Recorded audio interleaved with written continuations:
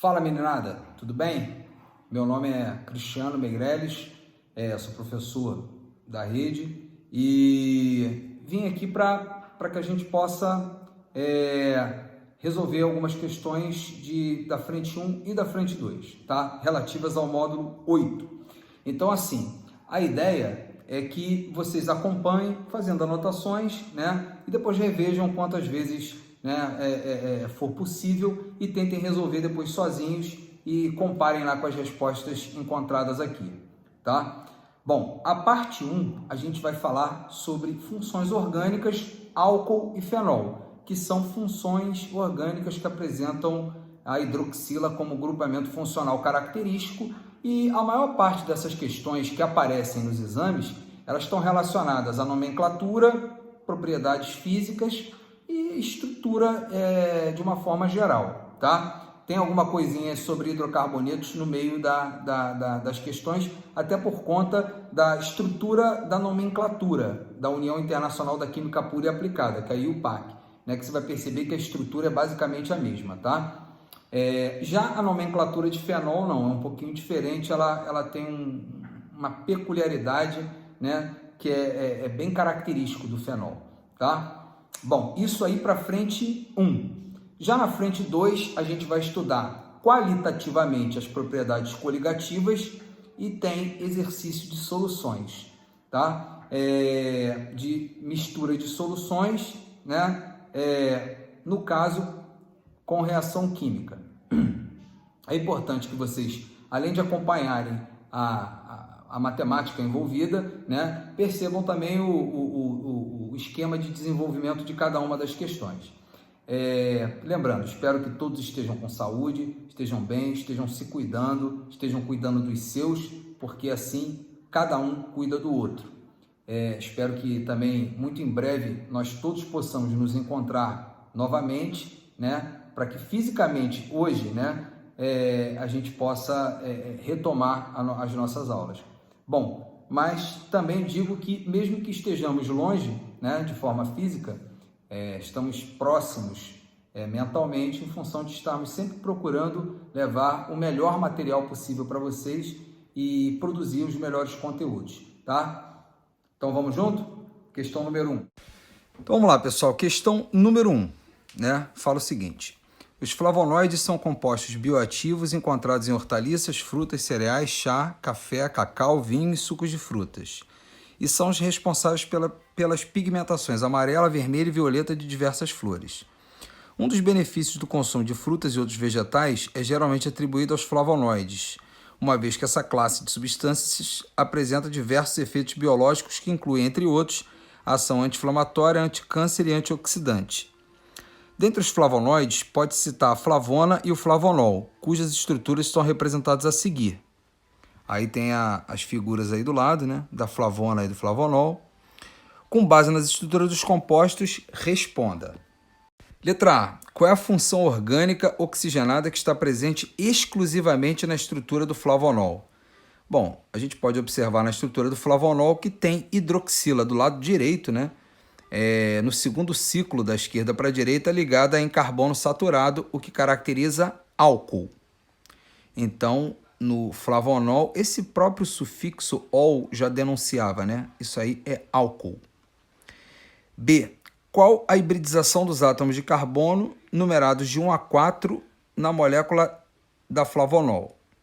O carbono 1, somente ligações simples, carbono híbrido sp3. Carbono 2, também somente somente ligações simples, é o carbono ligado à hidroxila, sp3.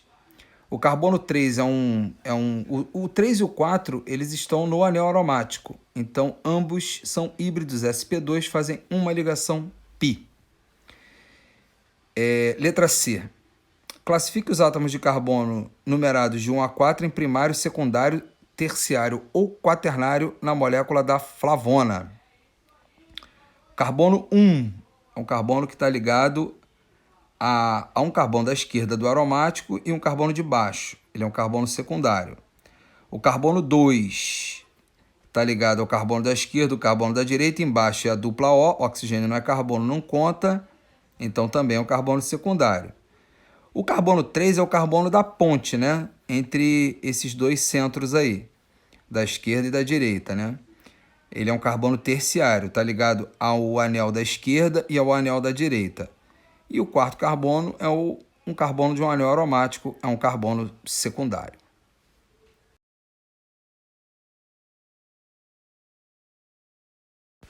Questão 2. A expectativa dos médicos é que o novo protocolo do SUS inclua drogas utilizadas no tratamento da hepatite B, mais eficaz e com taxa de resistência menor. Entre elas está o entecavir, cuja fórmula está aí do lado direito aí, né? Composto de função mista.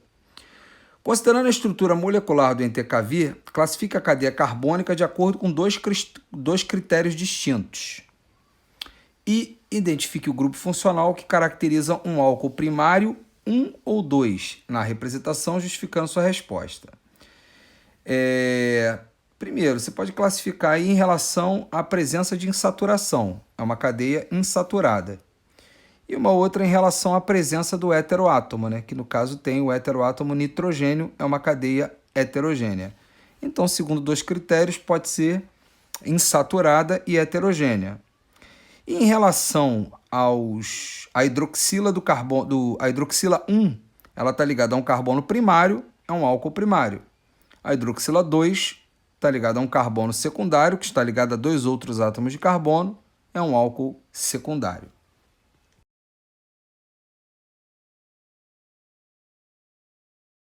Questão 3. Em um experimento realizado em certa sala de aula de determinada escola, 100 ml de uma substância líquida foram transferidos para um balão de destilação. Depois, a vidraria foi resfriada em um banho de gelo. Assim que a temperatura atingiu a 25 graus Celsius, a substância se solidificou na forma de cristais. Aí a pergunta, essa substância pode ser um álcool? Observem que ele não faz menção em momento nenhum ao tamanho dessa substância, a massa molecular, não diz quantos carbonos isso tem. Bom, vamos olhar as opções e as possibilidades. A. Essa substância pode ser um álcool? Não, porque se trata do 1,2-etanodiol. Opa, 1,2-etanodiol é um álcool, né? Então, a letra A é falsa. B, não, porque os álcoois não são sólidos a temperatura de 25 graus Celsius. Depende do tamanho da cadeia, né? Então, também não pode ser essa. Letra C, não, porque os álcoois possuem pontos de ebulição mais altos. Também depende do tamanho da cadeia, né? Então, essa aí também está fora. D, sim, caso possua uma hidroxila ligada a um carbono saturado, beleza, é o que define realmente a função álcool, e ela seja o grupo de maior prioridade na molécula. Ok, se ela for o grupo de maior prioridade na molécula, isso é efetivamente um álcool. Vamos dar uma olhada rapidamente na opção E, o que é falso aí. Sim, basta que ela possua uma hidroxila, característica estrutural que lhe permitirá fazer ligações de hidrogênio intermoleculares. Não, a hidroxila é um grupamento funcional, não é uma função. Ela caracteriza mais de uma função, né? Em verdade, aí ela vai caracterizar 3, né? O fenol, o álcool e o enol.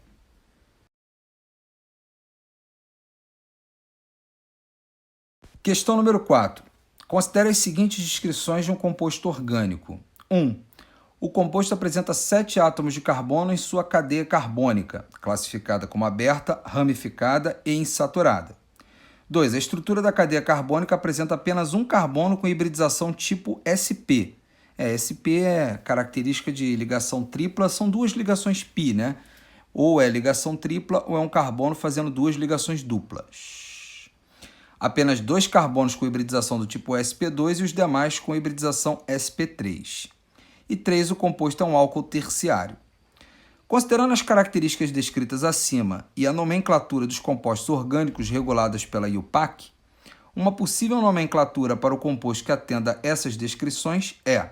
Bom, a primeira coisa eu vou olhar o critério 1, né? Tem que ter 7 átomos de carbono. Na letra E só tem 6, então a letra E já está fora.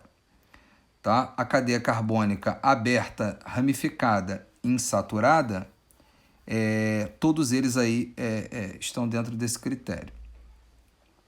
Número 2. A estrutura apresenta apenas um carbono do tipo sp, ou é tripla, ou são duas duplas no mesmo carbono. Então, a letra B está fora. ficou A, C e D. A A é tripla. Quando a ligação é tripla, os dois carbonos envolvidos na ligação tripla são do tipo sp. Ele diz que só tem um. Então, a letra A está fora. Sobrou C e D. Para que a hibridização seja sp, as duas ligações duplas têm que estar no mesmo carbono.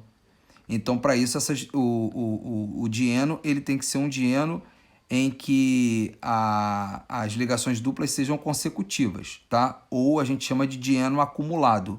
Isso só acontece no 3,4. O 2,4 é conjugado. Então, a resposta certa, letra C.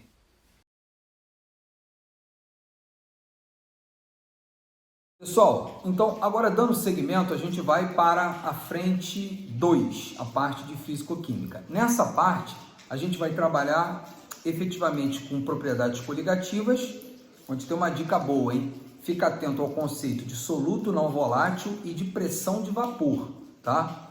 E soluções, tá? E aí a gente vai dar uma olhada com mistura de soluções envolvendo reações químicas. No caso, sequência de reações e neutralização.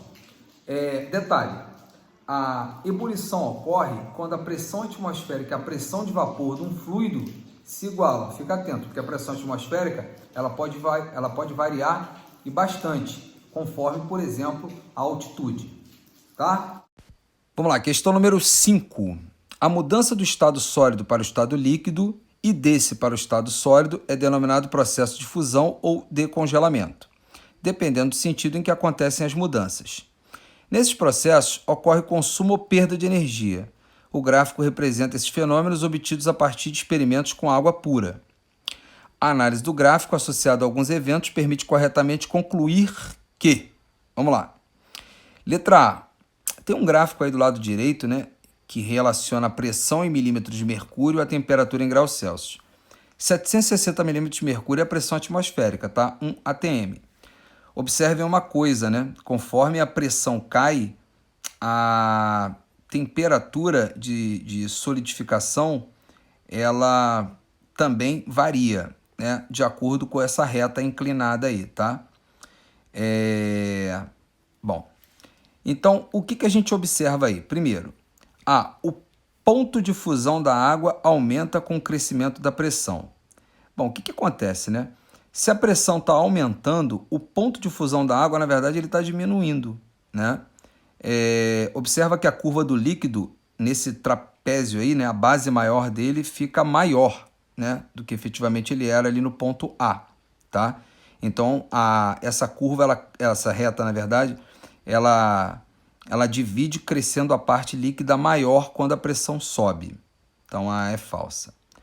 B. A água gelada no interior de uma garrafa fechada chega a se solidificar quando a garrafa é aberta, porque a pressão no interior diminui até a representada em um ponto situado na região correspondente ao estado sólido. Bom, quando a pressão começa a diminuir, né, repara que a área, né, desse trapézio relativo à parte sólida, que está em cinza mais claro, ela aumenta. Significa que a pressão diminuindo, a fase sólida ela vai aumentando, né? E aí o fato de a temperatura se manter, né, mas a pressão diminuir, a área em que você tem essa espécie na forma sólida é maior. Então, a certa é essa aí, letra B. Vamos olhar o que está errado aqui na C. Impurezas solúveis presentes na água, a pressão atmosférica não causam modificações no ponto de fusão e de congelamento da água. Está errado isso aí. Esse fenômeno é chamado de crioscopia, né? A adição de impurezas, especialmente as não voláteis, elas diminuem a temperatura de congelamento. D. O consumo e a perda de quantidade de energia durante o processo de mudança de estado físico da água de sólido para líquido e deste para sólido possuem valores numéricos relativos iguais. Rapaz, se for em pressão constante, sim, tá? No entanto, aqui a pressão está variando, né? Os patinadores deslizam com facilidade sobre o gelo porque após exercer pressão sobre esse, transforma-se em líquido, estado físico em que permanece. Não, né? Porque senão nós não teríamos pistas de patinação após o seu uso frequente, tá? Questão 6. Tem uma tabelinha aí, né? Substância química pura, acetona e etanol, o ponto de fusão, o ponto de ebulição. Algumas propriedades físicas, como as apresentadas na tabela, são usadas na identificação de substâncias químicas puras. Uma substância química pura é um sistema com um componente só, tá? E por essa razão denominadas de propriedades intensivas da matéria. Levando em consideração essas informações sobre propriedades físicas da acetona e do etanol, é correto afirmar: letra A. Os pontos de fusão e de ebulição de uma substância química variam com o aumento de massa de amostra analisada. Você pode analisar 100 ml de água ou 1 litro de água, ela vai ter o mesmo ponto de fusão, o mesmo ponto de ebulição, mantida nas mesmas condições de pressão. Então a A é falsa. Tanto faz isso para água, para etanol, não importa a quantidade que você está analisando. Não importa se você mudar a amostra, né? Ou se mudar a pressão em que você está analisando. B. O processo de aquecimento do etanol até o ponto de ebulição ocorre com liberação de energia. Não, ao contrário. Consumo de energia. A energia fornecida para o sistema, né, para que ele entre em aquecimento, aumente o grau de energia cinética média, né, e entre em ebulição, né, se distanciando uma molécula da outra. C. A temperatura ambiente de 25 graus, a acetona evapora lentamente em relação ao etanol. Não, evapora rapidamente em relação ao etanol porque a acetona é mais volátil. Significa que ela tem uma pressão de vapor maior. Então, ela iguala a pressão de vapor à pressão atmosférica mais rapidamente do que o etanol. D. A menos 100 graus e 1 atm, a acetona e o etanol se encontram no estado sólido. A acetona sim, o etanol não, que é menos 114,1. E a pressão de vapor do etanol a 78,5 é igual a 760 milímetros de mercúrio ao nível do mar. Sim, por quê? Porque quando a pressão de vapor se iguala à pressão atmosférica, a espécie entra em ebulição. Como o ponto de ebulição dele é 78,5 graus, né, a 1 atmosfera, que é 760 milímetros de mercúrio, a temperatura é efetivamente igual à pressão de vapor. Questão 7. As panelas de pressão são muito utilizadas na cozinha, pois diminui o tempo de cozimento dos alimentos. Isso acontece em função de ela conseguir manter a água no estado líquido, mesmo em temperaturas superiores à temperatura de ebulição na pressão atmosférica, né? Por exemplo, no nível do mar, a pressão atmosférica é 1 atmosfera, né? E quando a pressão de vapor da água se iguala a essa pressão atmosférica, a água entra em ebulição e isso acontece a 100 graus no nível do mar. No entanto, se você estiver num lugar muito alto, né, a pressão atmosférica lá é menor em função da quantidade de matéria que exerce pressão sobre a atmosfera ser menor, logo, e a pressão de vapor da água é a mesma, ela vai igualar mais rapidamente a pressão atmosférica e com isso ela vai entrar em ebulição numa temperatura menor, tá? Só para dar uma ideia. Aí, quando você coloca um alimento dentro da panela de pressão, você aumenta a pressão no interior da panela, fazendo com que a água tenha uma dificuldade maior de igualar a sua pressão de vapor à pressão da atmosfera do interior da panela. Então, você consegue manter a água líquida mesmo a uma temperatura superior a 100. É por essa razão que se usa a panela de pressão para cozinhar alimentos um pouco mais difíceis, né, de ser cozidos na pressão atmosférica, porque nesse caso a água evaporaria antes de acabar, né, o processo aí de cozimento dos alimentos. Bom, marque V quando verdadeiro e F quando falso nas seguintes observações sobre o sistema. A temperatura de ebulição da água é menor que 100 graus. Não, é maior do que, não é igual a 100 graus, né? Por isso atinge mais rápido o cozimento. Tá, mas ele fala sobre o sistema no interior. A temperatura de ebulição da água vai ser maior do que 100, tá? Por isso que se atinge mais rápido o cozimento, a primeira é falsa. Segundo, a pressão de vapor da água com sal é menor do que a pressão de vapor da água pura. Por isso a temperatura de ebulição aumenta. O nome desse processo é tonoscopia. A adição de soluto não volátil num solvente para diminuir a pressão de vapor, tá? E aí faz com que ele tenha maior dificuldade de igualar a pressão atmosférica, e isso faz com que a temperatura de ebulição dele também suba. É verdade. Então, o próximo. O alimento só irá cozinhar quando a água atingir o ponto de ebulição. Na verdade, não, né? O alimento está cozinhando com o calor da água, né? Não quando ela começar a evaporar. A válvula de pressão é responsável por controlar a pressão no interior da panela. Sim. Quando ela chega num valor permitido aí por esse nível de segurança aí, por isso que se chama válvula de segurança, né? Ela abre para a atmosfera e libera parte do vapor para a atmosfera. É verdadeiro. E por último, em qualquer altitude, a água pura no interior da panela terá a mesma temperatura de ebulição. Falsa pelas razões que eu tinha explicado anteriormente. Tá?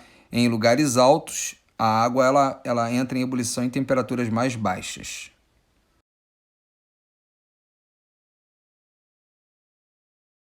Questão número 8. O butano líquido é estocado em cilindros para ser usado como combustível. A temperatura de ebulição do butano em condições normais é de menos meio grau Celsius. Considere que num dia quente de verão, a temperatura do cilindro que se comporta o butano esteja a 40 graus Celsius. Tá. Então, assim, na temperatura normal, né, ele vai estar no estado gasoso. Então, ali dentro há uma pressão maior, a gente coloca as moléculas mais próximas para que ela fique no estado líquido. Né? Bom, 1. A pressão no tanque será igual à pressão atmosférica. Não, porque senão não tinha nem necessidade de tanque, né?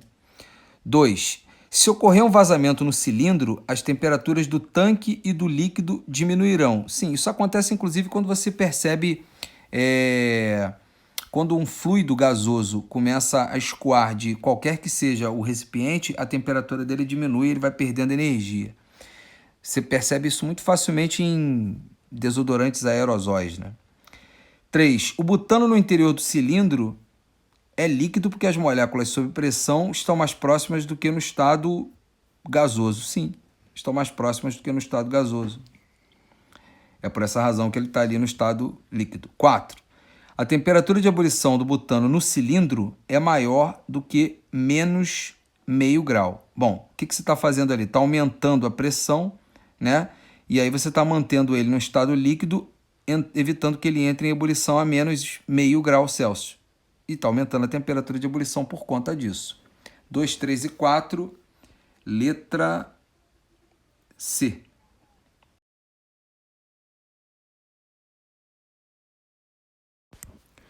Questão 9. O ácido clorídrico concentrado tem 36,5% em massa. Isso aí é a massa do soluto e em função da massa da solução, né? Percentual. De ácido clorídrico e tem densidade de 1,2 gramas por centímetro cúbico. Considere que um técnico fez os seguintes procedimentos em sequência. 1. Adicionou em um balão volumétrico 100 ml cerca de 20 ml de água. 2. Adicionou 1 ml de ácido clorídrico concentrado. Então, ele vai diluir o ácido clorídrico aí com água, né? Então, a primeira coisa, né, antes da gente continuar, é converter essa concentração de percentual em massa e densidade para concentração molar, né?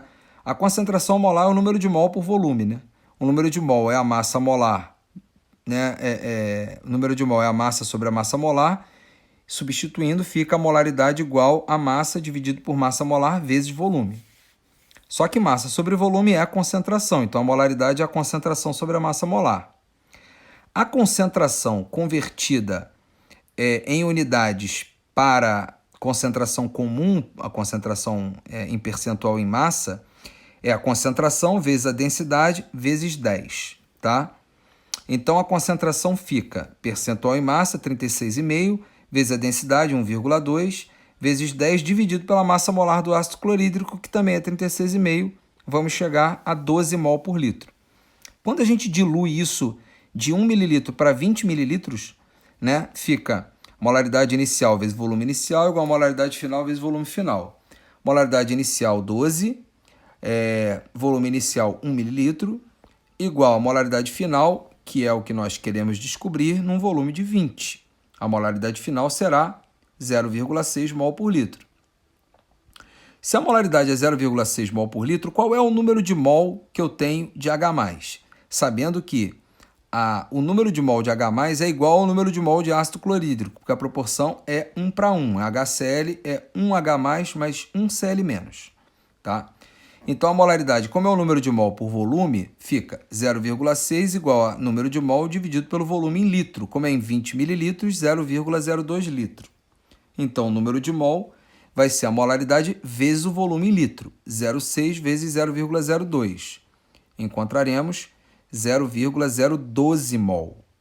Tá? Bom, o que mais ele faz aí? No 3, adicionou 50 ml de NaOH, 0,1 mol por litro, e completou o volume total do balão com água. O volume total do balão é de 100 ml.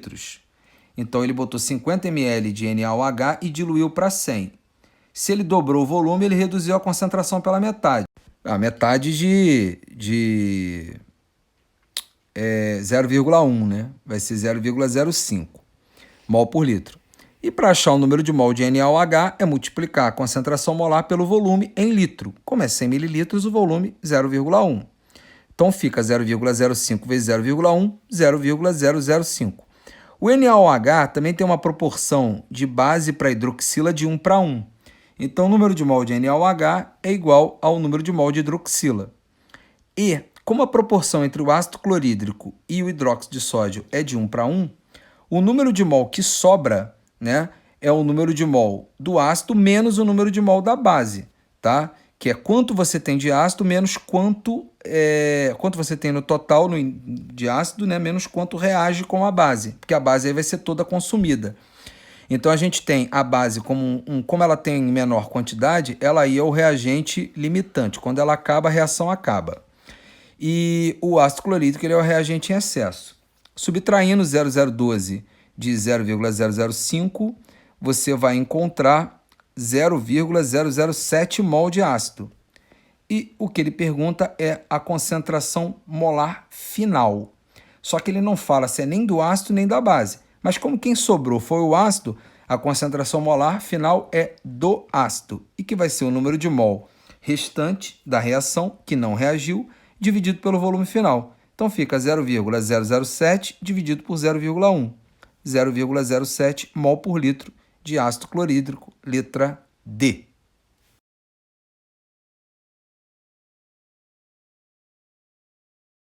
Questão 10. Essa questão é bem parecida com a questão anterior, tá? Inclusive, a própria concentração do ácido é a mesma, né? No entanto, muda a base. Lá era hidróxido de sódio, aqui é hidróxido de cálcio. E o hidróxido de cálcio, a proporção entre a base e a hidroxila é de 1:2. Então, para cada 1 mol de base, formam-se 2 mols de hidroxila.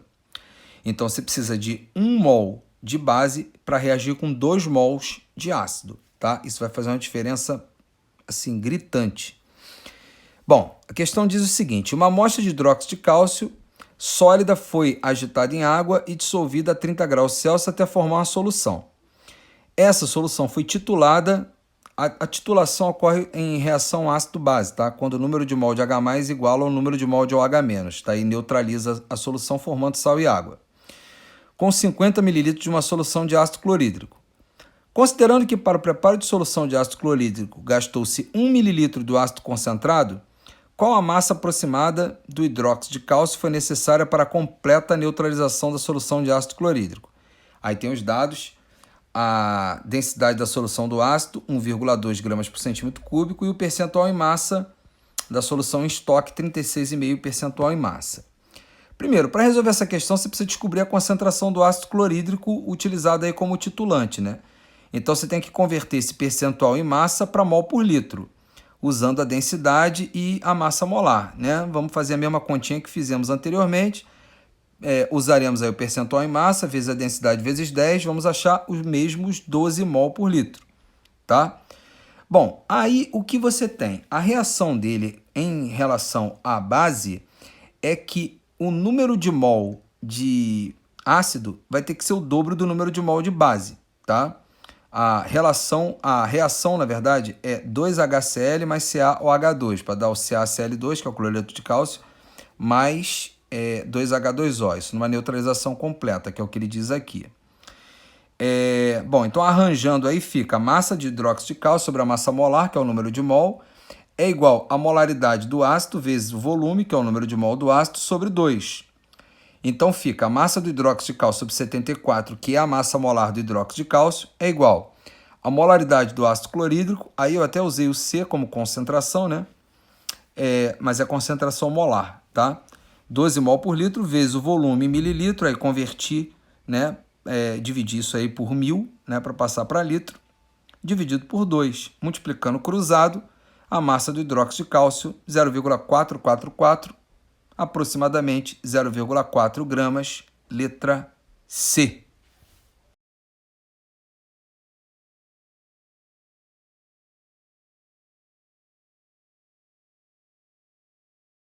Bom, pessoal, então era isso. Espero que vocês tenham aproveitado ao máximo, né? Refaçam, especialmente essas questões de solução, tá? E depois comparem com as respostas, tá? Com a solução que eu tive para fazer, tá? Até porque esses tipos de problema você pode fazer de mais de uma forma, né? Eu tive uma maneira de fazer, você pode de repente encontrar uma maneira que você sinta-se até mais confortável para fazer. O importante ali é você lembrar que o número de H+ é igual ao número de OH- na neutralização completa. Isso já mata grande parte do problema, tá? E que o número de H+, né, ele é a molaridade vezes o volume, o número de mol, tá? Bom, eu espero que vocês tenham aproveitado, então, ao máximo, que vocês continuem bem, que vocês continuem se cuidando e que todos continuem cuidando de todos. Então, um forte abraço para todos, bons estudos, acreditamos em vocês e vamos continuar sempre produzindo muito mais para muito em breve estarmos juntos novamente. Um abraço, até a próxima.